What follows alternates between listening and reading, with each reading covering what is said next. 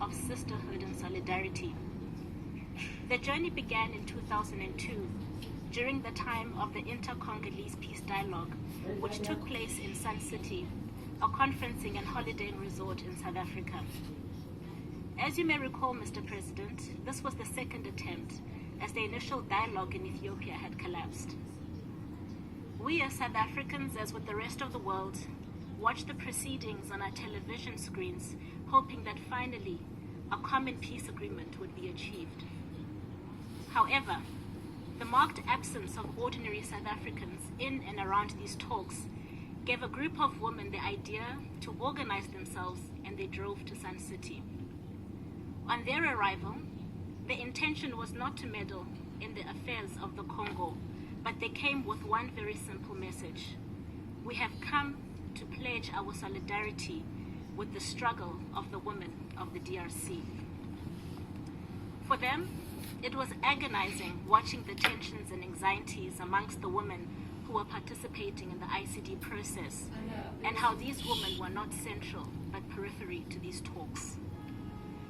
As recognized by Resolution 1325, in times of conflict, it is women and children who are the worst affected.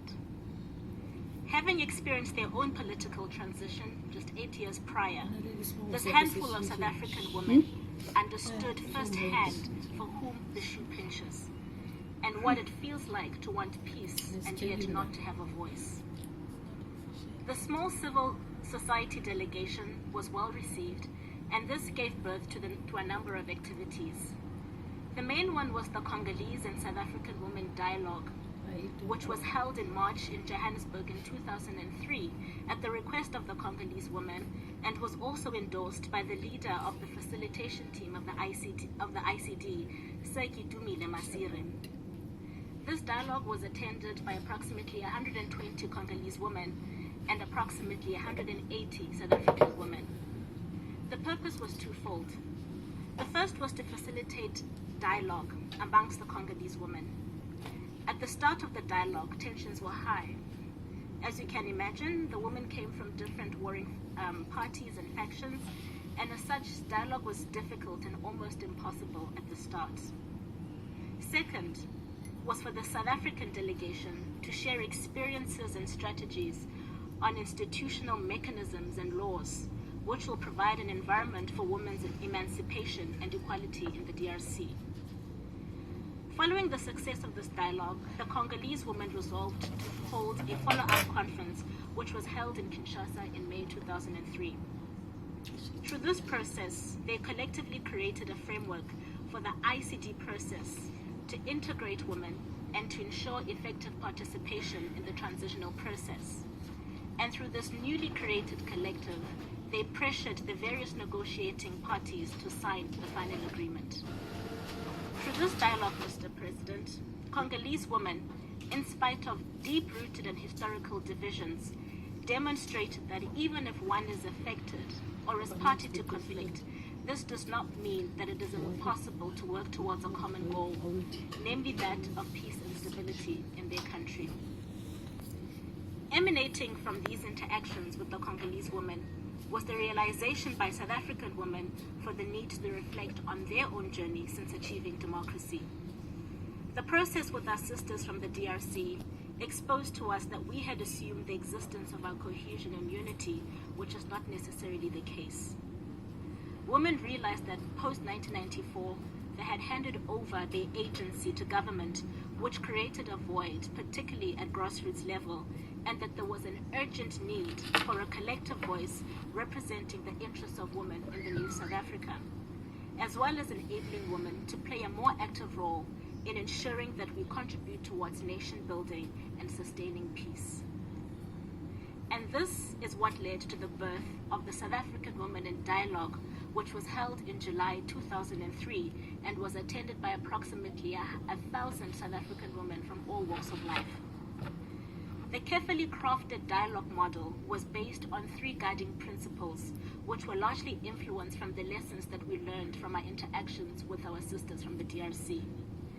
The first was the creation of a non-partisan platform where women were encouraged to express their own individual views and not to represent those of organizations that they are affiliated with.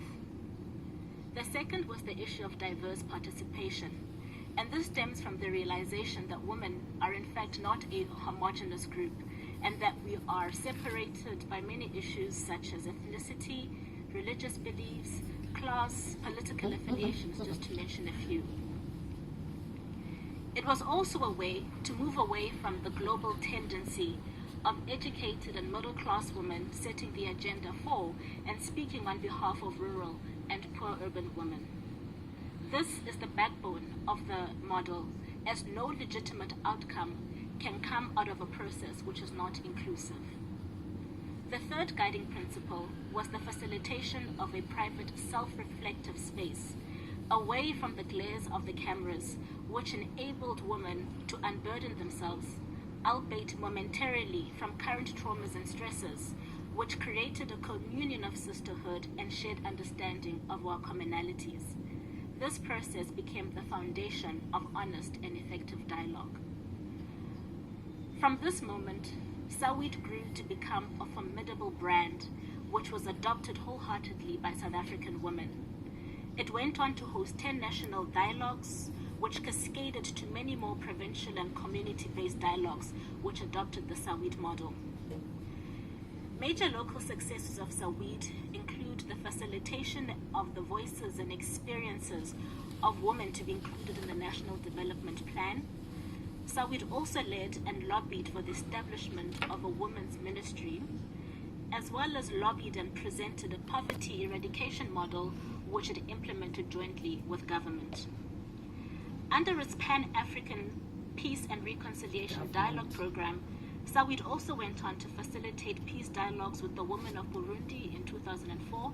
This was shortly before the elections, as well as with the women of Sudan in 2007. It also facilitated an African peer review mechanism dialogue in 2006, as well as participated in election observer mission in various African countries. Through these dialogues over the years, the efforts of the SAWID Forum can be summarized as having facilitated partnerships between women and national and international bodies to shape community, provincial, national, and continental agendas. Through the use of dialogue, SAWID has contributed to strengthening solidarity and social cohesion with the aims to promote and consolidate peace, security, and stability in local communities and on the continent, and thus creating a conducive space for socio-economic development and the eradication of poverty. In closing, Mr. President, I'd like to emphasize that SAWID believes that dialogue is an important tool for both prevention as well as the overall consolidation of peace in developing and post-conflict societies. Most often, initiatives like SAWID are looked upon as soft approaches of maintaining peace and preventing conflict, and as a result, most conflict strategies neglect these initiatives, often prioritizing the development of their militaries, infrastructure development, and other development priorities.